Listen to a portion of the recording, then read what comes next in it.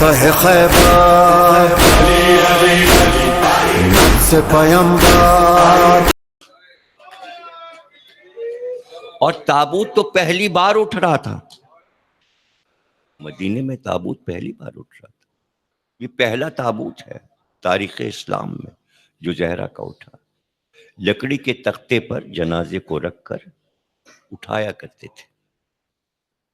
تو اسما بنت امیس سے بی بی نے اپنی وفات سے کچھ دنوں پہلے یہ بات دوپہر کو کہی کہ اسما، عرب کا عجیب طریقہ ہے، کھلے جنازے کو لکڑی کے تختے پہ رکھ کے اٹھاتے ہیں اور اوپر سے چادر ڈال دیتے ہیں. اسما نے کہا بی بی، میں نے حبشہ میں ایک طریقہ دیکھا ہے، وہاں جنازہ دوسری طریقے سے اٹھاتے ہیں. کہا وہاں کیا طریقہ ہے؟ کہا وہاں لکڑی کا تختہ تو ہوتا ہے لیکن کھجور کی ہری شاخوں کو دائرے کی شکل میں کمان بنا بنا کے تختے پہ لگا دیتے ہیں اور ایک گہوارہ بنا دیتے ہیں اور اس پر سے چادر ڈالتے ہیں. کہا اسما مجھے بنا کے دکھا. اسما نے کھجور کی ہری شاخیں منگوائیں، لکڑی کے تختے پر کمان کی طرح موڑ موڑ کے لگائیں، اس کے بعد اوپر چادر ڈالی اور خود اسما اندر لیٹی اور کہا بی بی یہ بتائیے کہ اب باہر سے میرا جسم تو نہیں نظر آ رہا؟ بی بی نے کہا ہاں اسما، تو نے وہ کام کیا ہے کہ اللہ رہتی دنیا تک جب تک تو زندہ رہے اللہ تیرے پردے کو قائم رکھے.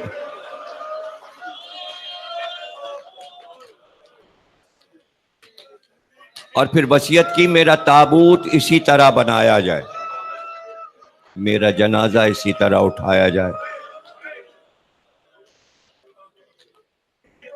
ابھی میں مصائب پڑھوں گا، مصائب ابھی شروع نہیں ہوئے، اور آپ کو پتہ ہے ہر سال کی طرح ظاہر ہے کہ جب علم برآمد ہوتا ہے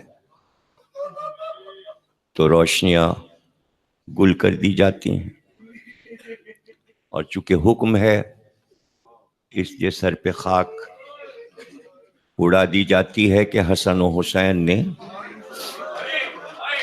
مسجد میں جا کے اپنے سر پہ خاک ڈالی.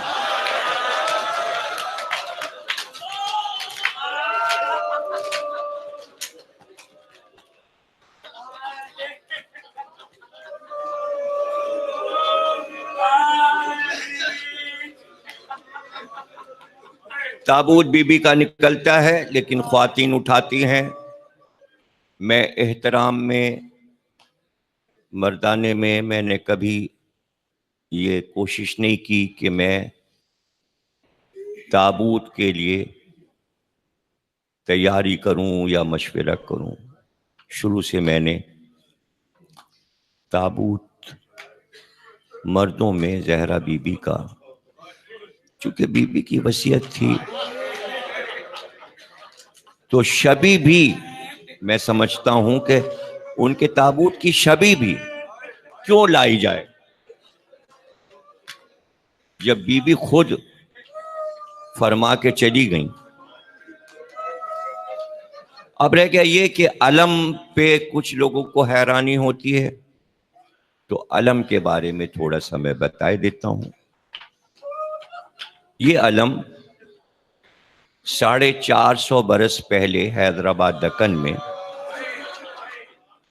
اٹھنا شروع ہوا اور اب تک اٹھتا ہے اور وہاں نکلتا ہے. اور وہ اصل علم جو ہے حیدرآباد میں وہ بی کا علم کہلاتا ہے،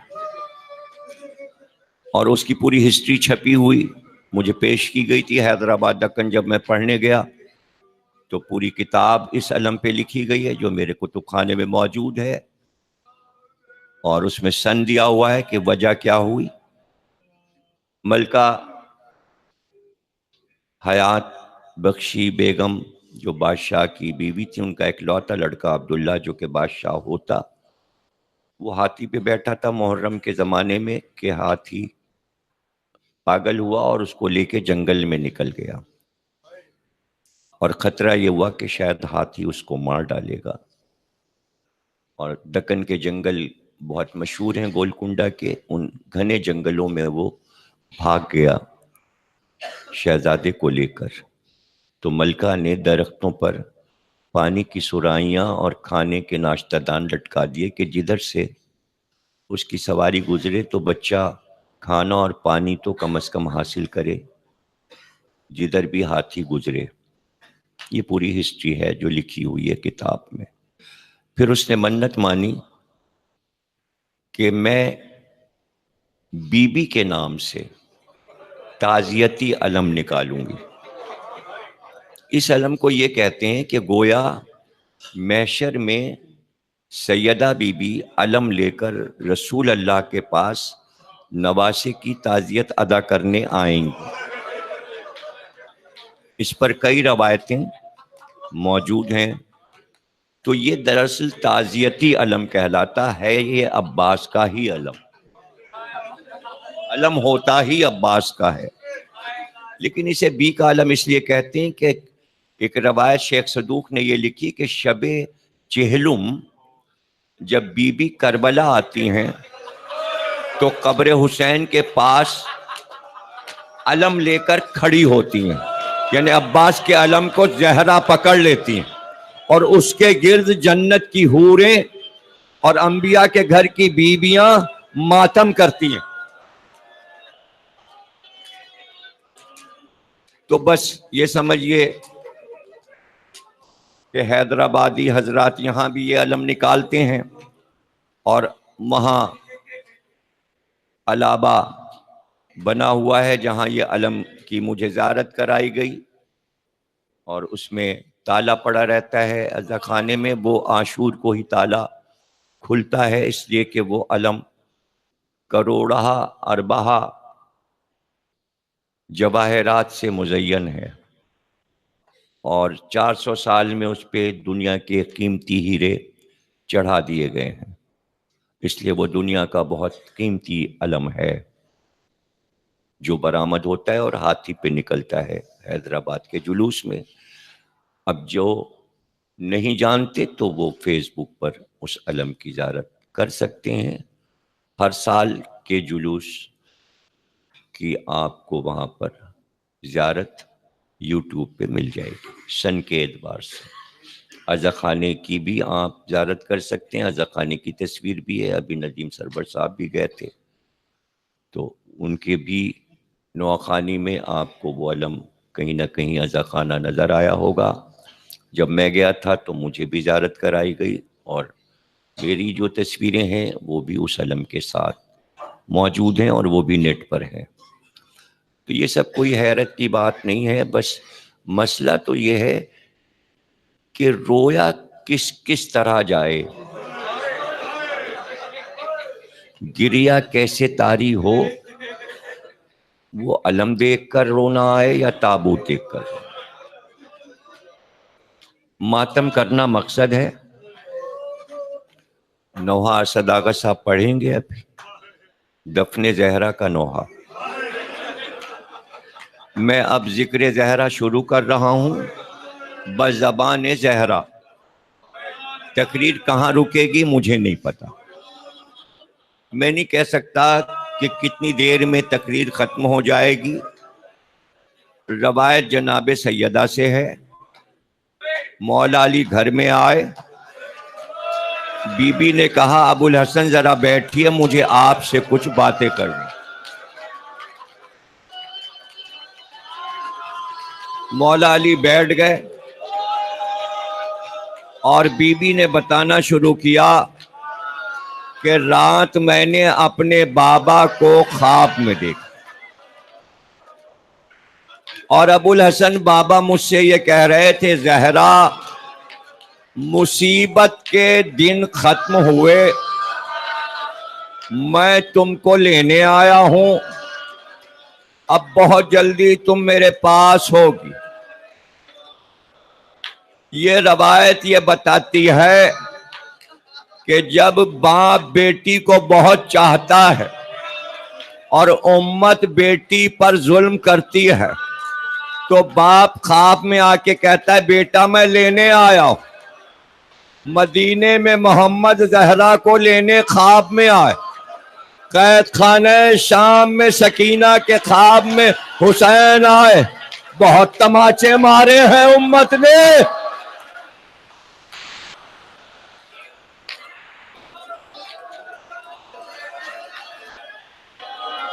تم سلامت رہو، زہرا کی ادا کرنے والے عزادارو، تمہارے گھر آباد رہے۔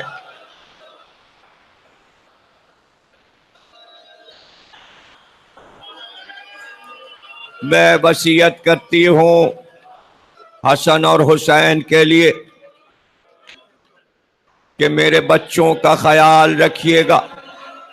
میں وصیت کرتی ہوں، میں نے زینب اور ام کلثوم کو بہت لاڈ سے پالا ہے۔ میری بیٹیاں کسی بات پر روئیں نہ، بہلا لیجئے گا اگر کبھی زینب اور ام کلثوم تڑپ کر روئیں۔ میں آپ کو وصیت کرتی ہوں کہ میرا جنازہ پردہ شب میں اٹھائیے۔ میں وصیت کرتی ہوں کہ میرے دشمنوں کو میرے جنازے پہ نہ آنے دیجیے۔ میں وصیت کرتی ہوں کہ میری قبریں زیادہ سے زیادہ بنائیے گا، ایسا نہ ہو کہ دشمن میری قبر کے ساتھ بے ادبی کر۔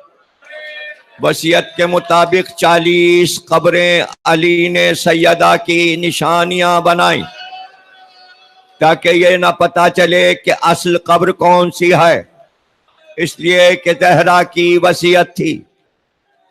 یہ وصیتیں بی بی کرتے کرتے ایک بار کہتی ہیں، یا علی، قیامت تک میری نسل میں جو سادات پیدا ہوں گے ان کو میرا سلام۔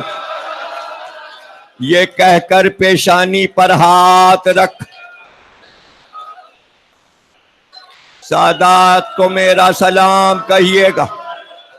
اب سلام کا جواب سادات دیں، اور اب امت کے لیے کیا فرماتی ہیں وہ بھی۔ کہا فضا فلاں جگہ پر جا، ایک شیشہ رکھا ہے وہ اٹھا کے لیا۔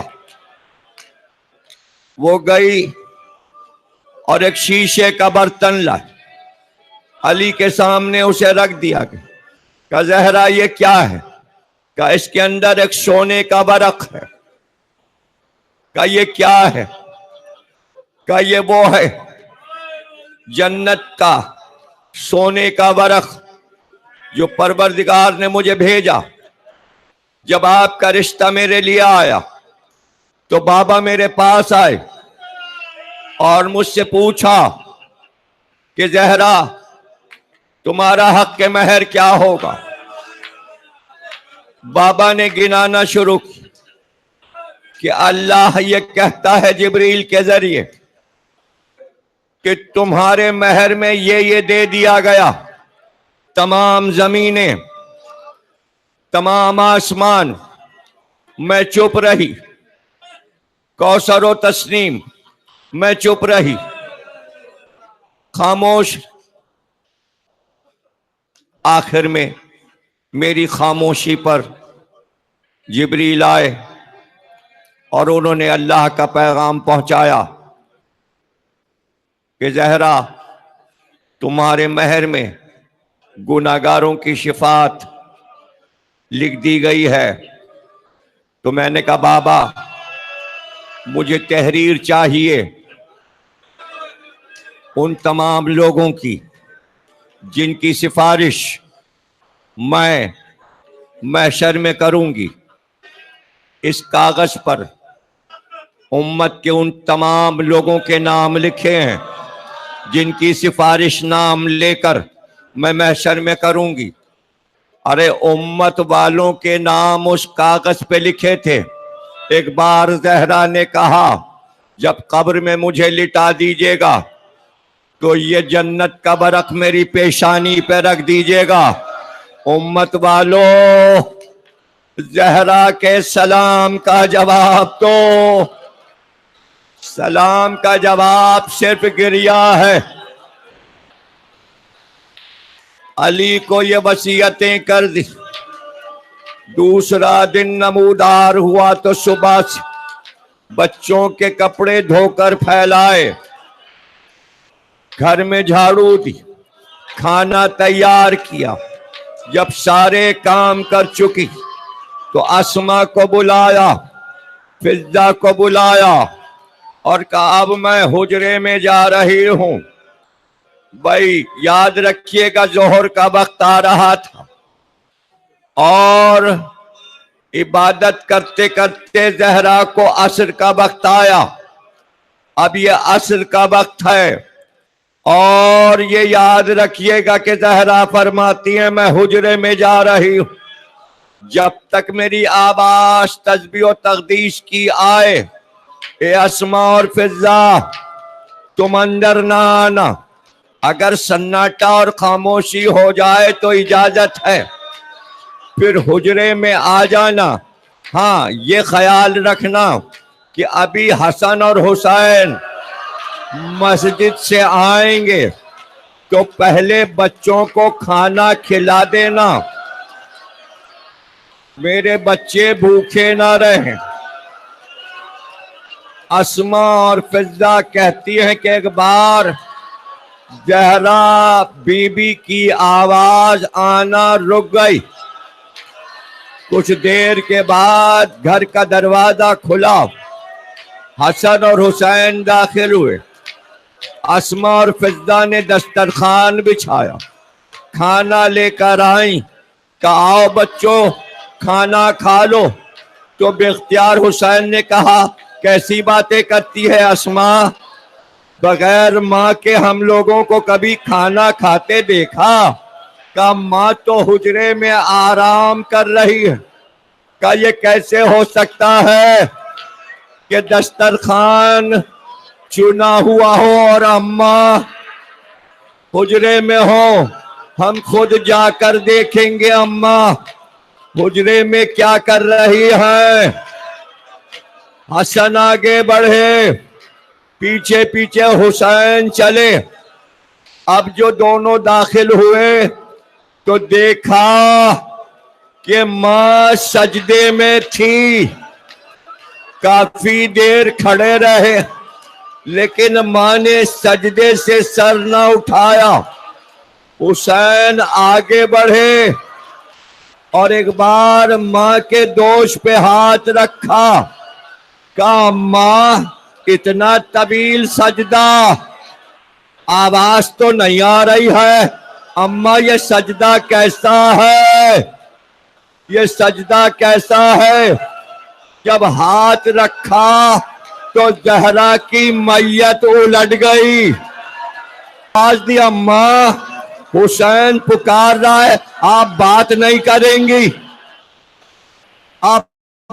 اگر آپ نہیں بولیں گی تو حسین چیخ کر روئے گا۔